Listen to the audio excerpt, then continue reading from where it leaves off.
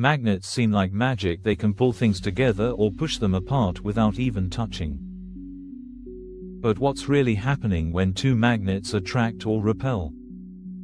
Let's uncover the invisible forces that make magnets work, from atoms to the Earth itself. Every magnet has two ends, called poles, a north and a south. Opposite poles attract. Like poles repel. These invisible pushes and pulls come from a magnetic field, an area of force surrounding the magnet. Where magnetism comes from, the secret of magnetism begins inside atoms.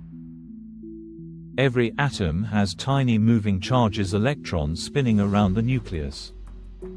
Those moving charges create miniature magnetic fields.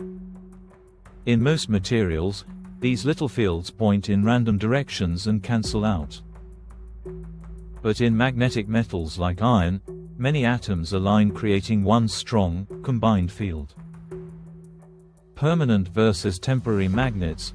Some materials keep this alignment naturally, those are permanent magnets. Others can become magnetic when exposed to a strong field, but lose it afterward, those are temporary magnets. That's how electromagnets work, using electric current to create a magnetic field on demand. The Earth is a magnet too. Even our planet acts like a giant magnet.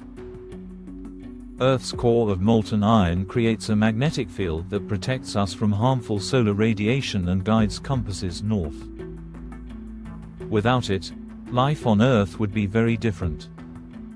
So next time you see a magnet pull a paperclip or spin a compass, remember, it's not magic.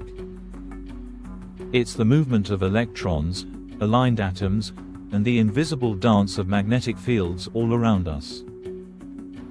The universe is full of hidden forces, and magnetism is one of the most powerful.